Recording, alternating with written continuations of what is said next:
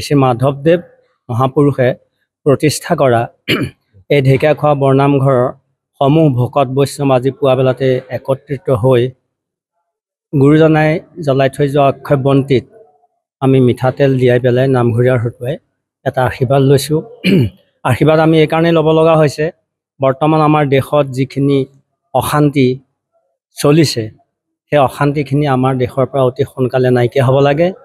ৰজা প্ৰজা আৰু দুখীয়া ধনী সকলো একত্ৰিত হৈ আমি যাতে সকলোৱে নিজৰ ভাই ককাই হিচাপে থাকিব পাৰোঁ বা অনাগত দিনবিলাকতো আমি থাকিবলৈ যত্ন কৰিম হওক, সেই উদ্দেশ্য কৰি পেলাই আজি আমি সমূহ ভকত বৈষ্ণৱক গোট খাই পেলাই অক্ষয় বন্তিত মিঠাতেল দি পেলাই আমি সমস্তজনে সেৱা কৰা হৈছে আৰু আমাৰ নামঘৰীয়া আশীৰ্বাদ প্ৰদান কৰিছে।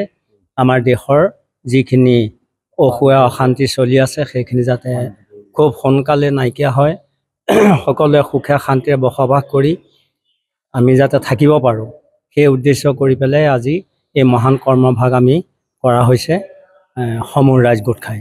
লগতে কোৱা হৈছে যে যিসকলে আমাৰ ভাৰতবৰ্ষত বা বিশ্বৰ অন্য জেগাতো অন্য ৰাষ্ট্ৰতো সন্ত্ৰাসবাদৰ সৃষ্টি কৰি আছে, সেই সন্ত্ৰাসবাদ যাতে অতি সোনকালে নিৰ্মূল হ'ব লাগে। দেশলৈ সকলোবিলাক সন্ত্ৰাসবাদ নাইকিয়া কৰি পেলাই সমস্তকে ভালে কুশলে থাকিবলৈ ভগৱানে সমস্তৰে মনত ভাল পৰামৰ্শ দিয়ক বা সৎ দিহা পৰামৰ্শ দিয়ক। শ্ৰী মাধৱদেৱ মহাপুৰুষে প্ৰতিষ্ঠা কৰা এই ঢেকীয়াখোৱা বৰনামঘৰৰ সমূহ ভকত বৈষ্ণৱ আজি পুৱা বেলাতে একত্ৰিত হৈ গুৰুজনাই জ্বলাই থৈ যোৱা অক্ষয় বন্তিত আমি মিঠাতেল দিয়াই পেলাই নামঘৰীয়াৰ হতুৱাই এটা আশীৰ্বাদ লৈছোঁ। আশীৰ্বাদ আমি এইকাৰণেই ল'ব লগা হৈছে, বৰ্তমান আমাৰ দেশত যিখিনি অশান্তি চলিছে সেই অশান্তিখিনি আমাৰ দেশৰ পৰা অতি সোনকালে নাইকিয়া হ'ব লাগে। ৰজা প্ৰজা আৰু দুখীয়া ধনী সকলো একত্ৰিত হৈ আমি যাতে সকলোৱে নিজৰ ভাই ককাই হিচাপে থাকিব পাৰোঁ বা অনাগত দিনবিলাকতো আমি থাকিবলৈ যত্ন কৰিম হওক, সেই উদ্দেশ্য কৰি পেলাই আজি আমি সমূহ ভকত বৈষ্ণৱক গোট খাই পেলাই অক্ষয় বন্তিত মিঠাতেল দি পেলাই আমি সমস্তজনে সেৱা কৰা হৈছে আৰু আমাৰ নামঘৰীয়া আশীৰ্বাদ প্ৰদান কৰিছে।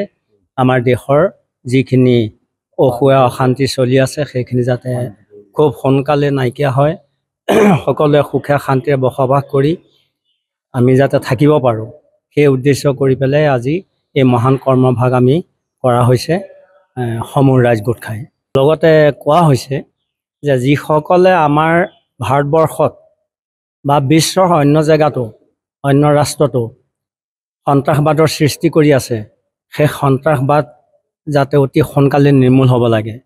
দেশলৈ সকলোবিলাক সন্ত্ৰাসবাদ নাইকিয়া কৰি পেলাই সমস্তকে ভালে কুশলে থাকিবলৈ ভগৱানে সমস্তৰে মনত ভাল পৰামৰ্শ দিয়ক বা সৎ দিহা পৰামৰ্শ দিয়ক।